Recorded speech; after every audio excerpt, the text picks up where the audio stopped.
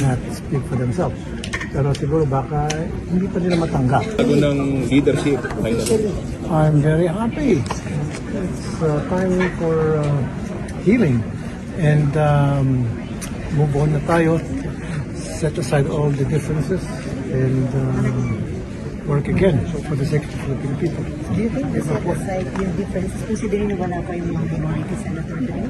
Well, I don't know why they're not here. I cannot speak for themselves. Pero siguro baka hindi pa nila matanggap. Although si Senator Alan Cayetano or Alan Cayetano, tanggap naman niya. Alam mo dun sa iba. But anyway, we're extending our hands of reconciliation. Sana huwag nilang damdamin yung mga nasabi, nagawa namin, and I apologize to the Filipino people doon sa mga nangyaring bickering in the past few days na witness natin lahat. Sana kalimutan natin yon at magtrabaho na tayo.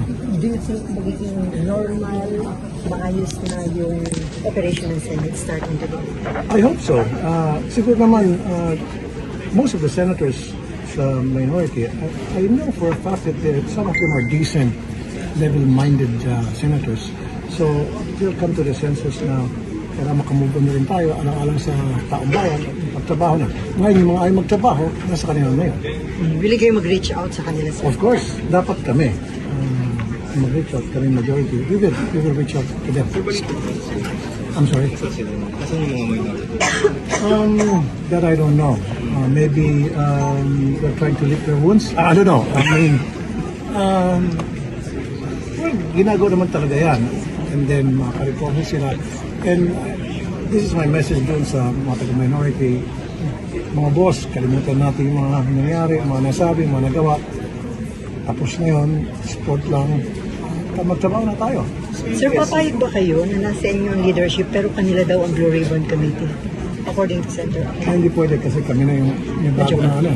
Pero sir, madadagdagan pa ba si Senator Joel? May susunod pa? I don't think so. SC petition moved na SC petition moved na yan. Palagay ko. Yes, sir. Ay, di na, magpapagalitan na tayo. Thank you, sir. Thank you. Cannot speak for themselves. Pero siguro baka hindi pa nila matanggap. Bago ng leadership, I'm very happy. It's time for healing and move on na tayo. Set aside all the differences and work again for the sake of the Filipino people. Do you think the set aside yung differences, considering na wala pa yung mga minority senator doon?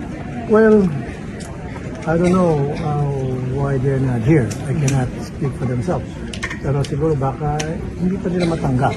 Although si Senator Alan Cayetano or Alan Cayetano, tanggap naman niya. Alam mo dun sa iba. But anyway, we're extending our hands of reconciliation. Sana huwag nilang damdamin yung mga nasabi, nagawa namin, and I apologize to the Filipino people doon sa mga nangyaring bickering in the past few days na witness natin lahat. Sana kalimutan natin yon at magtrabaho na tayo. Do you think magiging normal, maayos na yung operation ng Senate starting today? I hope so.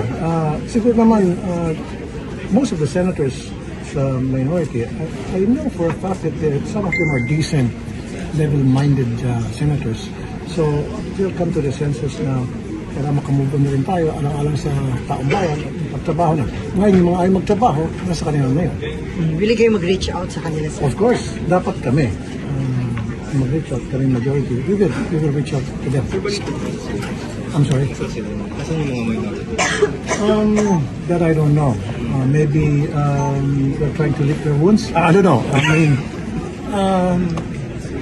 well, ginagawa naman talaga yan. And then, makarecover sila. And this is my message doon sa mga taga-minority. Mga boss, kalimutan natin yung mga nangyari, mga nasabi, mga nagawa. Tapos na yun, sport lang. Magtrabaho na tayo. Sir, papayag ba kayo na nasa inyo ang leadership pero kanila daw ang Blue Ribbon Committee? According to Senator Ay, hindi pwede kasi kami na yung bago na ano. Pero sir, madadagdagan pa ba si Senator Joel? May susunod pa? I don't think so. SC petition moved na SC petition moved na yan. Palagay ko. Yes, sir. Ay, di na, magpapagalitan na tayo. Thank you, sir. Thank you. Cannot speak for themselves. Pero siguro baka hindi pa nila matanggap. Bago ng leadership, I'm very happy. It's time for healing and move on na tayo. Set aside all the differences and work again for the sake of the Filipino people. Do you think na set aside yung differences, considering na wala pa yung mga minority senator today? Well, I don't know why they're not here. I cannot speak for themselves. Pero siguro baka hindi pa nila matanggap. Although si Senator Alan Peter Cayetano or Alan Cayetano, tanggap naman niya. I don't know dun sa iba. But anyway, we're extending our hands of reconciliation. Sana huwag nilang damdamin yung mga nasabi, nagawa namin, and I apologize to the Filipino people doon sa mga nangyaring bickering in the past few days na witness natin lahat. Sana kalimutan natin yon at magtrabaho na tayo. Do you think magiging normal, maayos na yung operation ng Senate starting today? I hope so. Siguro naman, most of the senators sa minority, I know for a fact that some of them are decent, level-minded senators. So, they'll come to the senses na kailangan makamove on na rin tayo alang-alang sa taong bayan at magtrabaho na. Ngayon, yung mga ayaw magtrabaho, nasa kanila na yun. Will kayo mag-reach out sa kanila, sir? Of course, dapat kami mag-reach out kami majority. We will reach out to them. I'm sorry? Asan yung mga minority? That I don't know. Maybe they're trying to lick their wounds. I don't know. I mean, well, ginagawa naman talaga yan. And then, makarecover sila. And this is my message doon sa mga taga-minority. Mga boss, kalimutan natin yung mga nangyari, mga nasabi, mga nagawa. Tapos na yun, sport lang. Magtrabaho na tayo. Sir, papayag ba kayo na nasa inyo ang leadership pero kanila daw ang Blue Ribbon Committee? According to Senator. Hindi pwede kasi kami na yung bago na ano. Pero sir, madadagdagan pa ba si Senator Joel? May susunod pa? I don't think so. Yung SC petition mooted na yun. Yung SC petition mooted na yun. Palagay ko. Yes, sir. Wait, hindi na magpapagalitan na tayo. Thank you, sir. Thank you. Cannot speak for themselves. Pero siguro baka hindi pa nila matanggap. Bago ng leadership, I'm very happy. It's time for healing and move on na tayo.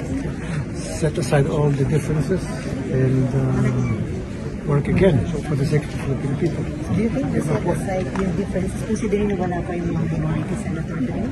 Well, I don't know why they're not here. I cannot speak for themselves. Pero siguro baka hindi pa nila matanggap. Although si Senator Alan Peter Cayetano or Alan Cayetano, tanggap naman niya.